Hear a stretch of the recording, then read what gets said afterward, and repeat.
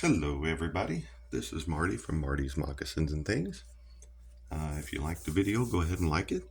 If you want to see more, go ahead and subscribe. And if you want to know when the new ones come out, go ahead and hit the bell so that you get a notification. This is talking about stones with holes. This is a pretty little amethyst. It's got kind of a tiny hole.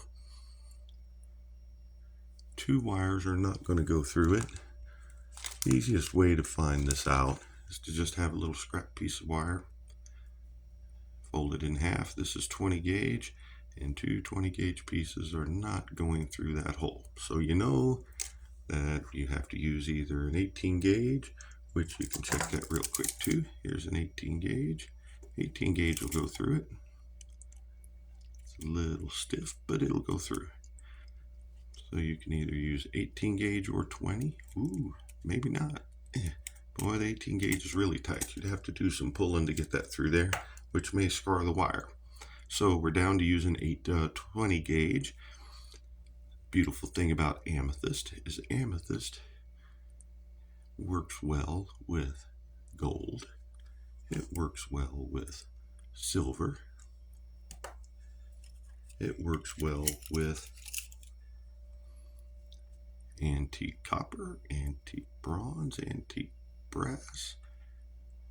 One of the things I love about amethyst is you can pick whatever color wire you want usually, and it'll look good, because amethyst is just a great stone, multicolored in most cases. This one's got a little bit of citrine in it, looks like. We have to decide which one we want to be our front, and I want this to be my front. So this one takes a little bit different strategy than the hole that can put 2 wires through, but you always start with the same.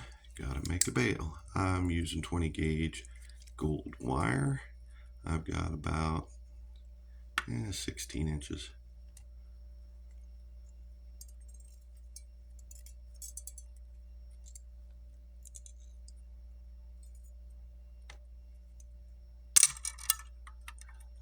Got a little wonky there. There we go. Get off my camera. When they come apart like that, just hold them down tight with these fingers as you make your first couple of twists to lock it in there. Make sure it's in there good. So we're only going to be able to put one of these wires through. Now, if you want to only have one wire, only a 1-wire design, you can go ahead and make this bail way down here where you only have a little bit of left over at the end, and you can snip that off, and you can make your design with your single wire. And then you could run your design on one side of the stone and leave the other side alone. Or you can do what I'm going to do. I think I want, what do I want?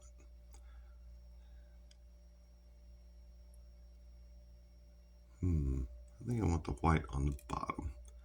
So basically you're just going to run your wire through the hole all the way up to your bail. So now what you've got is 1 wire through the middle and 1 wire in the back. Now in order to make this 2-sided, 1 wire straight down is not going to look all that pretty.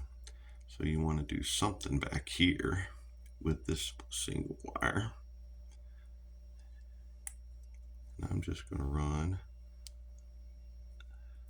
What I'm doing is pressing down and pulling over. And what we're going to wind up with is a cute little wave going right down the back of that stone. Now here's the tricky part, because these 2 wires are going to want to not be together. This wire is obviously going to go to the front, so we can go ahead and put that there. But we got to figure out how we want this wire to be orientated with the other wire. Now one thing you can do is do a quick twist down here, pull it up tight so we know. Do one quick twist, and bring the wires together. It's not a very tight twist, is it? A little bit of plier work will take care of that. One quick twist, and then bend them both over, and now your two wires will not separate. And it doesn't look bad when you do it that way if you get the twist tight. So now the question is what do we want to do with our beautiful stone on this side? We've got waves on this side. I'm going to do a double loop here. We're just going to do a double loop.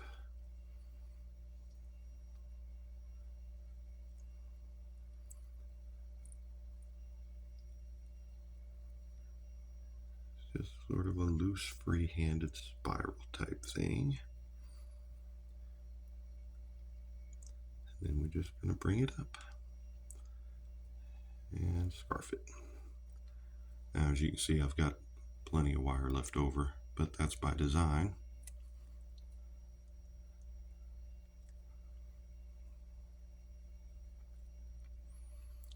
Because since I don't know what my design was going to be, I wasn't sure how much wire I was going to need. And my motto is always, I'd rather have too much wire than not enough. I don't like that scarf. Get back over here. It is not scarfing down tight like I want. You can always back them off. Just pull it downward a little bit more. There we go. That makes a nice clean scarf. I have a little more of a neck than I would really want for such a small pendant. So I'm going to use one of my variations. We're going to bend you over. We have just enough of a bowl there, I think, that we can squeeze it down in there. But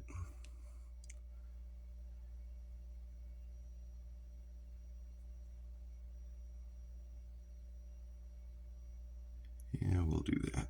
Oops, sorry, went off the camera while I was trying to pay attention. What I'm looking at here is where this wire is going to go, because I have just enough of a bowl there, I think, that I can put this wire down into that bowl. I was thinking about bringing it around and tucking it in over here, but then it leaves that big gap there, and I don't really like that. So we're going to go ahead and cut this thing off right here.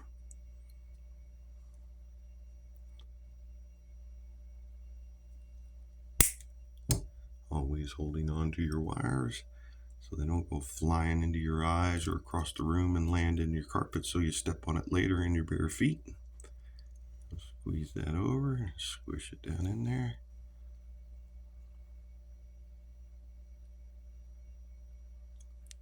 There we go. Straighten our bail out just a little bit. Oops, wrong way. See how it's not quite together? You can just take and do a little twist there. Sort of bend it just a little bit so that it's in more of a uniform shape. So what we're going to do here, move that over. See, you can move your whole design over a little bit. I want it to go a little bit more. There we go. Sort of a free-flowing spiral. It's not really a matching thing, but it'll be pretty to somebody. So now we've got a question as to how do we want to, this will probably be our main front. My bail is not quite, there we go, now it's straight. So what I'm going to do here is, yeah, that should be plenty. I'm going to make a little spiral here to match the other spiral. And then get two spirals on their piece of jewelry. You just take and make the tightest little loop you can.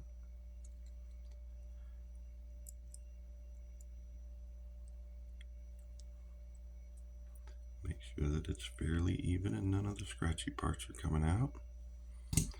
Once you get it started, you just take your pliers. Now I like to grab my loop and then I like to push the wire. Instead of turning the pliers, I like to move the wire.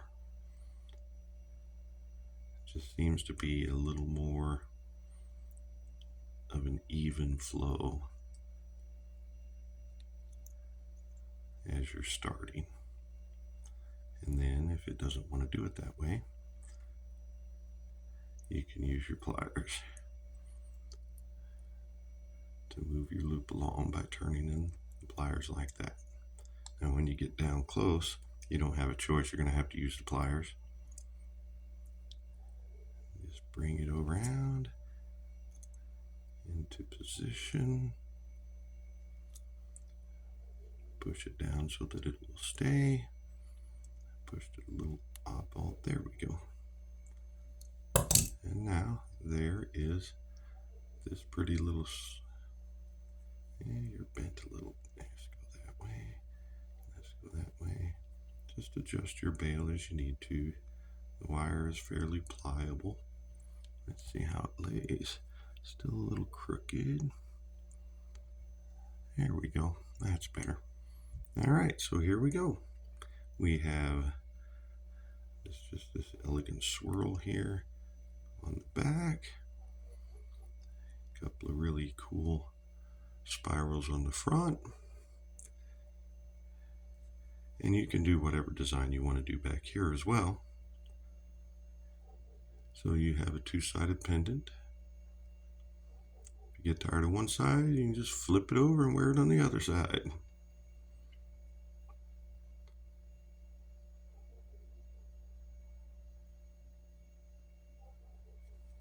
And there you have it. Pretty little faceted amethyst pendant in gold wire. Took me about 12 minutes to make. Now some people say that I'm fast at doing this. It doesn't matter how long it takes you to make it. Me telling you how long it took me to make it just gives you an idea of the fact that it doesn't take all that long to make some of this jewelry. Now you can just put it on a chain and you're done. Thanks for watching. Have a good day.